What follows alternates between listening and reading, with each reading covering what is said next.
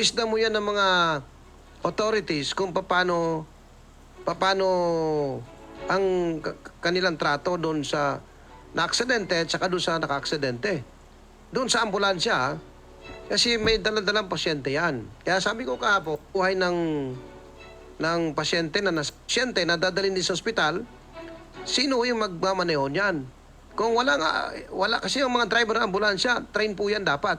Hindi basta-basta na, ngayon, to save lives, kasi nga, ang proseso ng batas, kasi nga, anong gagawin ng enforcement? Of course, ang enforcement, magdi-decide dyan kung saan ang mas mabigat. Ngayon, kung mas mabigat ho yung pasyente, ang sitwasyon ng pasyente, delikado, kung ako, I would release the driver and later on, hanapin siya ng batas. Kasi sino magdadrive ng ambulansya? There's anybody to drive the vehicles kung emergency. Pero napag-alaman natin, dialysis lang pala. At ang sakay 10, ginawa hong pampasada yung ambulansya. Well, tayo naman ayaw natin magsalita ng tapos kasi sa mga nakatagapakinig ng programa. oo, siguro na-monitor yung kuwan kanina ni Sir JR, no, Liera? Yes, po. Oo. Normal lang yun doon sa isang ganung sitwasyon, ano, Sir Jojo, na Yes, po. he would utter words na medyo hindi naman magandang pakinggan para sa panig ninyo kasi nga yun ay talagang kanyang emosyon, ano, Sir Jojo? Yes, po. Oo. Actually po, si Mr. Guerra, nagpunta na po sa office namin yan. At nakausap po na rin po. Medyo hindi nga po, I understand po yung feeling niya. Dahil nga po, medyo nasaktan po yung asawa niya. Understandable naman po yan. Yes, talaga nasaktan siya kasi multiple operation ng kailangan. So talagang malala yung sitwasyon ng pasyente. So Jojo, ano ba yung nangyari doon sa accident? Actually, ganito po yung nangyari niyan. Yung ambulansya po ay galing po ng Iba, Zambales. Pumasok po yan ng Kalaklan Gate natin around 5:20 or 5:25 in the morning. Pagpasok po niya ng Kalaklan Gate natin, sabi po, passing through at lalabas po ng Tipo Gate. Automatic po pag mga ganyan po yung duty guard natin sa Kalaklan sa entry point po itatawag po sa dispatcher natin to alert din po yung ating yung gate na lalabasan niya at the same time para ma-alert din po yung ating mga traffic controller na nakapwesto po sa mga intersections din natin. Yun nga po, tinawag po and then na-flash po, na-advise po lahat yung gates natin at saka yung mga traffic controller natin. Unfortunately, pagdating po niya dito sa may intersection ng Rizal Argonaut, malapit sa Petron, while passing po sa intersection, nahagip po niya yung motor ng biktima natin. Sa bandang hulihan po. Okay. Meron naman CCTV doon. May CCTV doon na na-capture yung insidente para makatulong doon sa further investigation kung ano talaga nangyari. Pero kahit sabihin natin na mali yung motorsiklo kasi may nagwawangwang, still nandiyan pa rin yung cautious. Dapat cautious pa rin ang driver natin. Yes po, No? yes po. Kasi nga, mas binibigyan natin dito ng bigat yung biktima. No, hindi yung sasakyan at saka yung driver. Ngayon, sir, anong po yung kwan? Kasi ang sabi, hindi naman daw critical dahil dialysis lang yung pasyente at mayroong mga kasama, 10 pa na nandun sa loob ng bola. Totoo ba ito, sir? Actually po sir, ang nakausap ko po yung ating traffic investigator at saka yung first responder natin. According to them, nakita daw po nila, hindi naman po 10. Masyado naman po marami kung 10.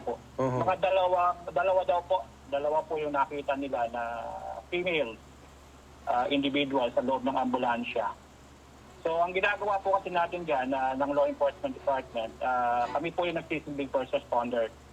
Pag may magandang sitwasyon po, gaya na po vehicular accident, usually po, pag na-determine namin na may injury, tinatawag kaagad namin sa mga ambulansya natin. Which we did naman po. At kaagad naman pong naitawag sa ambulansya natin at kaagad naman po nakapag-responde yung ambulansya. At the same time, itatawag din po natin yan sa ating traffic investigators which we did naman po. Upon arrival po ng ating traffic investigator, turnover po natin yung driver at yung sasakyan sa ating traffic investigators. And then the traffic investigators will do their job po. Okay, so ang traffic investigator ito ay sa LED ito, sir, no?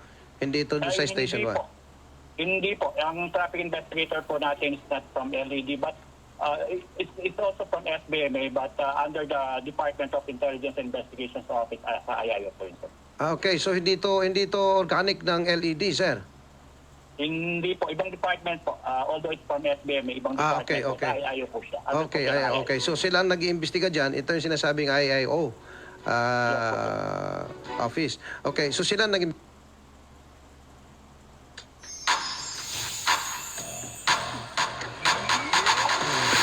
Oil Extreme para sa sweet problems mo. Step into relaxed dream dreams with Efficacent Oil Extreme, your trusted ginawa for sleep problems. imbestiga. So ibig sabihin, ito ay naando, hindi nyo saklaw itong IIO, no? Wala sa LED. Yes, Sa inyo po kasi enforcement. Ito naman ay investigation sa mga traffic accident. Yes po, sir. Okay. So kasi para ma-clear natin kasi nga medyo masama, siyempre masama ang loob hindi lang medyo no doon sa LED. Kasi yung mga first Yes, responders ay walang daw ginawa doon sa insidente, hinayaan lamang yung kanyang misis na nandun nakabulagta sa kalsada. Totoo ba ito, sir? Sir, meron po talaga tayong trained SOP, oo. personnel Mhm. to ano po i-handle po yung mga ganyang sitwasyon. On our end po, ang the best thing na pwede natin gawin is tumawag po ng ambulansya. Kasi hindi po natin ma-determine kung ano po yung extent ng injury. Baka po pag ginalaw po natin yung pasyente, lalo pong lumala. Yes. Naintindihan natin yan. Pero si panig siyempre ng pamilya, napakahirap tignan na wala pang pumupuntang ambulansya, hinahayaan lang. So yun ang understanding kasi Sir Jojo, no? Yes. Anyway, Yes, sir. pero ang pasyente, 2 man o 3 sakay o 5 o 10, yung pasyente ba nakita na critical kasi based on investigation lalabas yan eh. Sino ba yung dalang pasyente? Kasi later on lalabas din yan na hindi pala critical yung kuan. Pero ito siyempre doon sa wisdom na ng IIO na nag-imbestiga kung paano niya i-deal yung Yes, situation. Yes po, sir. So ano ba yung kuan? As per report, ano po yung pasyente? Sino yung pasyente? Anong kalagayan niya? Ang ano po, IIO na po eh. Kumbaga yung LED naman po pagdating sa ganyan, pag dumating na po yung IIO natin, sila na po yung nag-a-assume ng kaso. Sila na po yung nakikipag-usap sa driver natin at yung pong decision po ng IIO, decision niya na po yun, assessment niya na po yun siguro sa particular na sitwasyon doon. At since na turnover na po namin sa kanila, sa kanya, yung drivers natin, it's her call na lang, his call na lang po. Ayun, Pagdating po okay. po kung i-release niya po or Okay. hindi. So ang magiging answerable nito for any inquiries or yung CC, kung mali man ang ginawa ng IIO officer, ay doon lang sa kanya.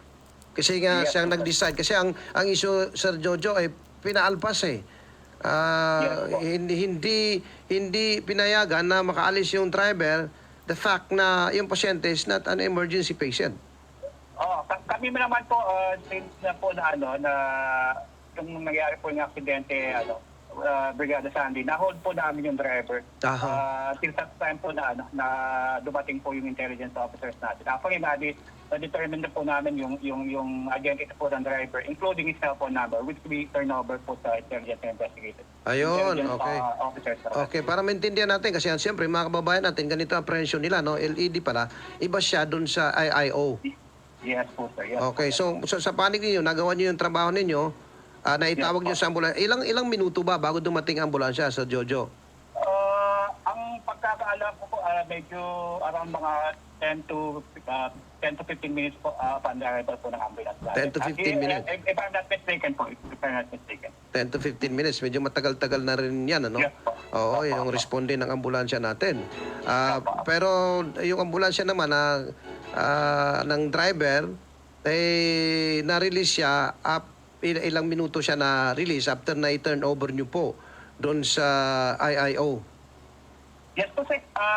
Medyo, siyempre, kailangan pa po ng investigators natin doon yung details ng drivers.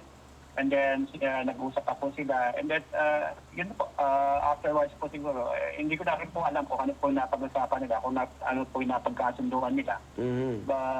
Nasa ano na po yun, nasa discretion na po ng IIO natin. Yun. Okay, Kaya yun, sino ba yung nauna? Yung kinuha ng ambulansya, yung nabangga, o mas naunang umalis yung ambulansya na nakabangga? Mas nauna pong umalis, sir, yung ambulansya po natin. Yung ambulansya na nakabangga o yung ambulansya ho na kumuha doon sa binangga? Yung ambulansya po na kumuha po Okay. ng Okay. So hindi siya naiwanan doon na wala yung ambulansya, kundi mas naunang kinuha yung nabangga kaysa umalis yung nakabangga bago ini-release pala yung nakabangga. Yes po, yes po. Kasi ibig sabihin, i-talk time pa rin para mag-conduct ng investigation, pero yung pasyente na nabangga ay unang dinala sa ospital. Okay. Gusto lang na... Nauna pong responde po yung nauna pong responde yung ating ambulansya. Okay. Sige po. Nakuha ko yung mga sequences, no, Sir Jojo, nung responde, yung pag-iimbestiga. Kaya siguro kung tatanungin dito, anong wisdom ang mayroon si IIO na bakit niya inirelease, kung totoo na ito ay dialysis patient, pwede siyang i-hold kagad. Pero kung ito ay critical ang kondisyon, ako I will agree doon sa IIO na sige, drive muna kasi wala namang train dito sa ngayon na ambulansya, critical yan, baka mamatayan, i-hold kita, konsensya ko pa. So later on, hanapin kita. It's my responsibility to look after you at dalhin ka sa proseso ng batas. That's my responsibility. I'll take the risk kung ako, no? Pero ito pala, dialysis patient lang. So, hindi siya emergency in nature. So, medyo may maling desisyon dito ang IIO for that matter.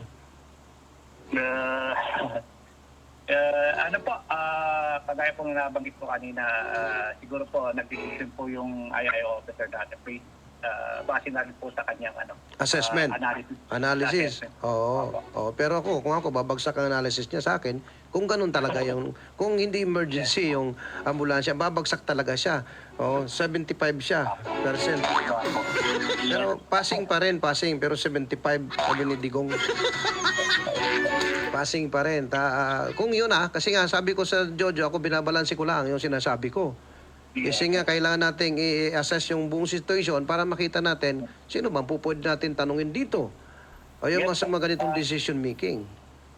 Anyway po, nakausap ko po kanina yung head po ng traffic investigators natin. According to him, yun pong suspect natin, yung subject natin is nag-report na po sa station 1. Station 1. Okay, sir. At kami pupunta ngayon sa Station 1 para makausap naman niya at yung version.